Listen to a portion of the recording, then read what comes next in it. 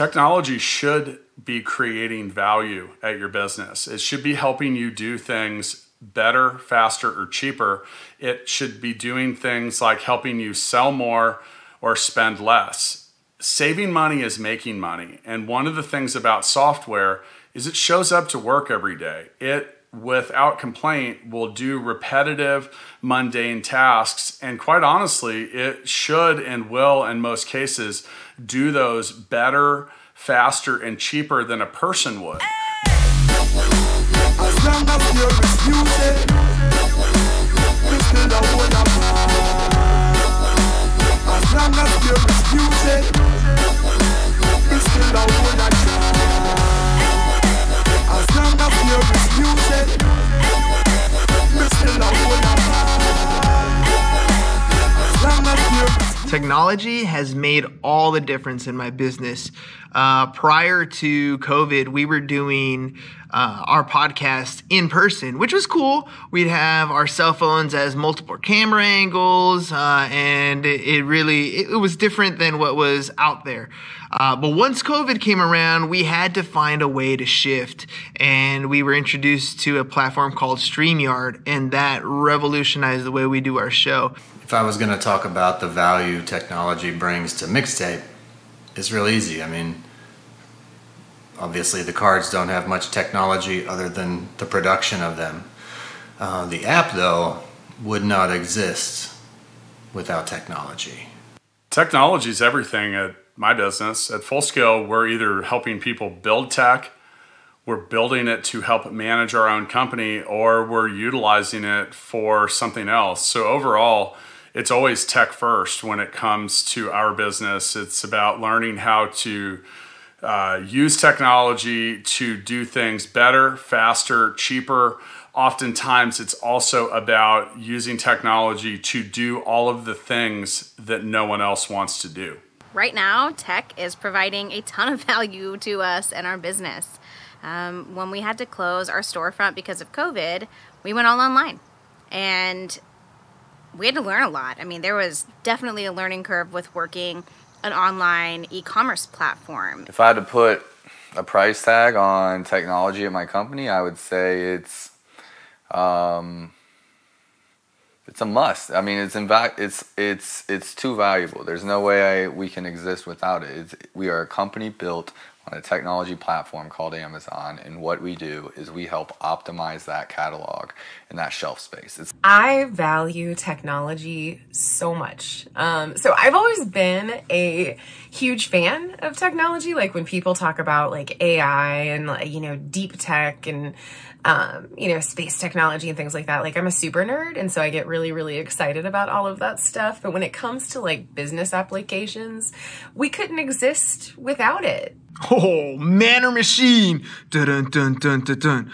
Like, I feel like it's Terminator style, right? We're all worried about that. We're all worried that, AI is going to take over. It's going to take my job. It's going to do everything that a human can't or won't do, really.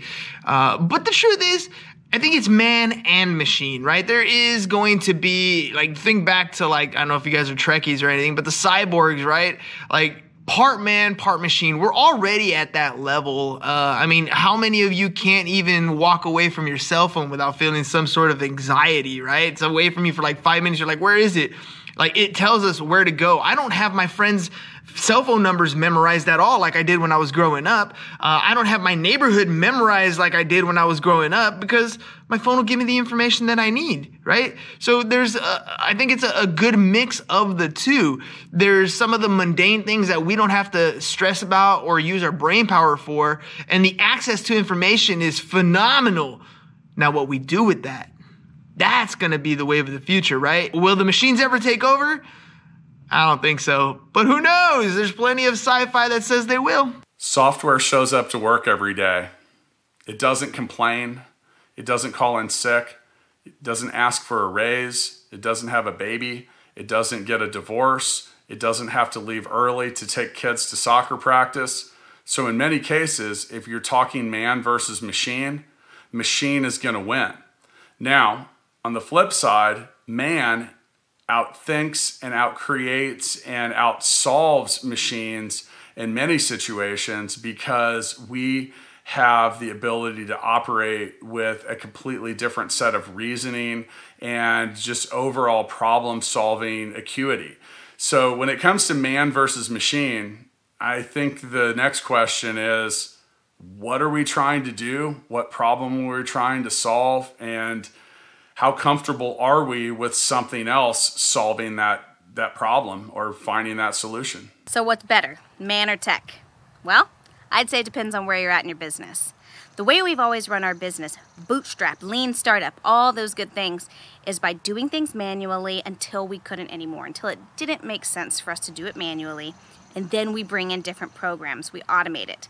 So we've done a lot by ourselves, but we've also had a lot of help via our websites. We've had help via online platforms. We've had tons of opportunities for people to help us automate and apps and widgets that help us do that.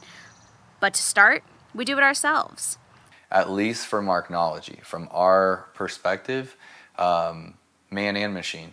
We need machines to help us be more efficient and track data and make sense of it. I still need the human brain to sell to humans. I don't think that robots know how to sell to humans. Oh, I don't know. There's this company out there. It's called York Technologies, and I met the CEO a while back at some event, and they're doing some really cool stuff with non-autonomous technologies. And so these are technologies that require people in order to assess and to drive the technologies, you know, sit in the driver's seat. And honestly, I think that that's kind of the way to go.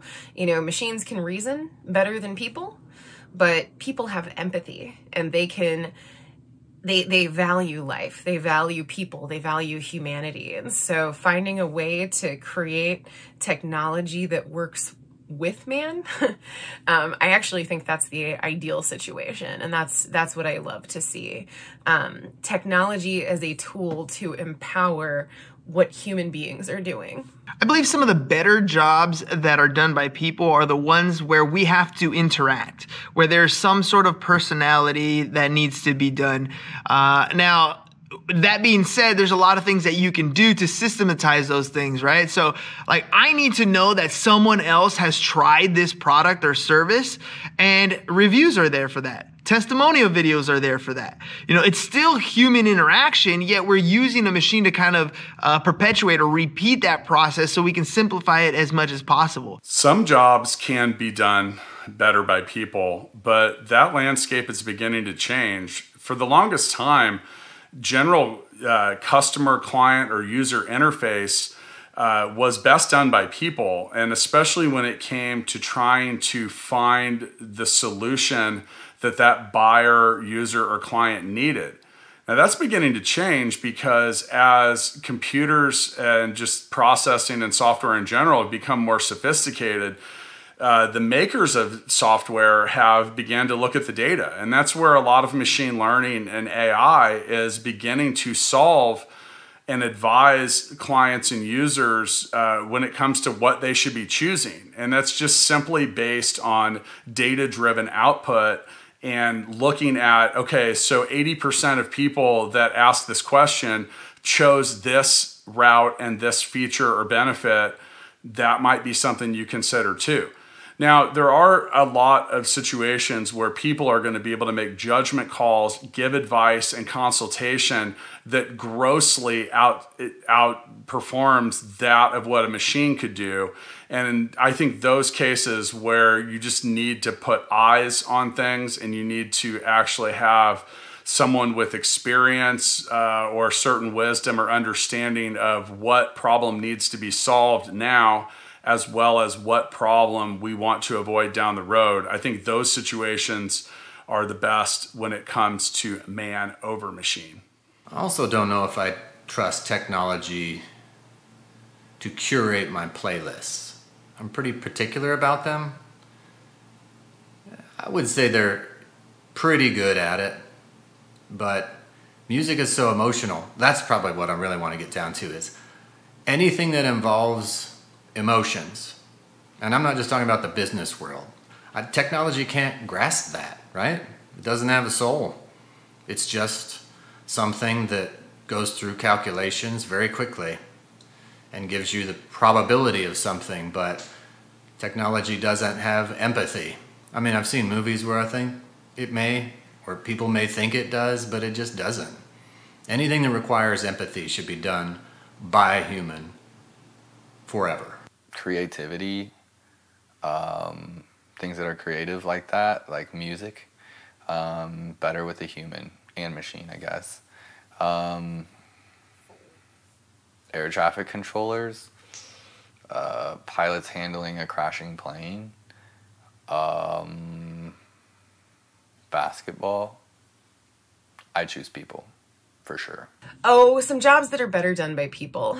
I think anything that has to do with caregiving. You know, I know that there are machines and there are robots and there are technologies that can treat people with medicine much better than a human ever could. But that human element is so crucial to the healthcare experience. You know, you can have a patient who is deeply, deeply ill and you can treat them with technology. But if the human element is missing, studies have shown that a person who laughs in recovery or a person who has other people around them to take care of them and be with them, they recover much faster and their recovery rates go up. And so, you know, anything having to do with caregiving, anything where discernment is key. I think that those are the kinds of things where you have to recognize the divine humanity in people. That is something that only humans can do. I think follow-up is one of those things that lacks in most businesses. Like, you know, it's one thing to generate a lead. It's another thing to follow up enough so that lead converts. And I think the follow-up process is one of those things that machines are definitely going to take over. I use automated systems that allow me to keep in contact with the people who book on the show before and after the show, that automate a lot of the things that I don't have to pick up the phone and do anymore. Over the past 20 years, technology and robotics and all kinds of technology have been solving for the problem of repetitive actions. There are so many things like pick this up, move it here, pick this up, move it here, or entering data or certain types of collection that are not really sexy or sought after jobs and positions. These are jobs that people generally don't want or kind of go crazy doing. And then on top of it, machines can be remarkably more precise. They can and will work 24 hours a day, 7 days a week, 365 days a year. So there are a lot of jobs that I think that tech is already replacing. Anything that is monotonous or tedious, you know, where it's just doing one thing over and over and over again, that's something that machines can very easily do, and they can do it with great precision. Anything that is dangerous, you know, sending people into hostile territories or environments, that's a really dangerous thing to do. And so having machines that are able to do that, that's really, really helpful. So, you know, there are a lot of practical applications for technology in our careers, you know, assembly line stuff. We're already seeing this, you know, the future is here. The future is now. And that will only continue to accelerate, I think. Yeah, man, we use a follow-up system for sure to help grow engagement. You know, when somebody signs up for the show, they get an automated email, they get text message reminders, and then after the show, they get thank you emails, they get text invites to like our social media pages, so like our YouTube channel, so they can keep track of when their episode airs. They get emails when their episode airs. A lot of that stuff is all automated because I'm human. Things are going to come up in life and I'm going to forget to do those things. At Fullscale, we build a lot of our own tech, and some of that is built 100% from scratch, and other parts of it, we use third-party products and integrate them into workflows that are important to us. Over the last few years, technology has played a much bigger role in our systems and processes. So from automated payroll to automated booking of calendars to GoToMeeting for Zooms, to password holders, right, to automatic reporting for our clients. It's integrated in every part of our business, and the last few years has been a real increase. As my business has gotten more profitable, I've definitely reinvested back into tools and softwares that make our jobs easier and allow us to be more effective at what we're doing. We create systems and processes in which technology is an integral part of what it is that we're doing, even though we're not developing a product and we're not necessarily selling in the traditional sense of the word. What advice would I give to a startup with technology? Don't fear the tech. You have to embrace it, right? I know software can be confusing. I know you have to watch all these help videos and you have no clue how to use it at first. But I promise you, if you dive into it, you will make your life that much easier. It's a huge difference when you have some of these automations in place, but it is a steep learning curve. My advice for any startup who's looking at using technology or software to build their product is gather as much information as possible, write yourself a plan, and then go find 5 people who've done something similar and ask them what you should do differently. They may say, you're right on track, go for it. They may say, oh yeah, we did that and it broke. And then we did that and it broke. And this worked. You need to gather as much information as possible about the language and the whole plan of the whole strategy to build it, the whole model, the whole wireframe, and let people troubleshoot it. Let people who know software, know technology, know how it connects, can speak that language, let them troubleshoot it, and then decide, okay, this is what we're going to go with. If you have a new business and you have a short staff, technology is your friend. It can really do a heck of a lot of stuff for you. The main thing that technology in an early stage business will do is it can create efficiency and building blocks in and around your business. So when you begin to grow, especially rapidly, you don't later have a huge mess to clean up. And I've created huge messes that I've then had to clean up. And it's really heartbreaking when you have to do that, because you have to stop everything else you're doing. In some cases, maybe even stop selling and doing other stuff so you can clean up the mess that you shouldn't have made in the first place. Some advice I'd have for entrepreneurs using tech is you don't know what you don't know. So test it out. Test. As well, me as a leader, my job is to serve my people. I think that's common. Like, most people should know that if they're a leader of their company or a manager or anyone in position. So if my job is to serve them, tech is a great place for me to start for making their lives easier.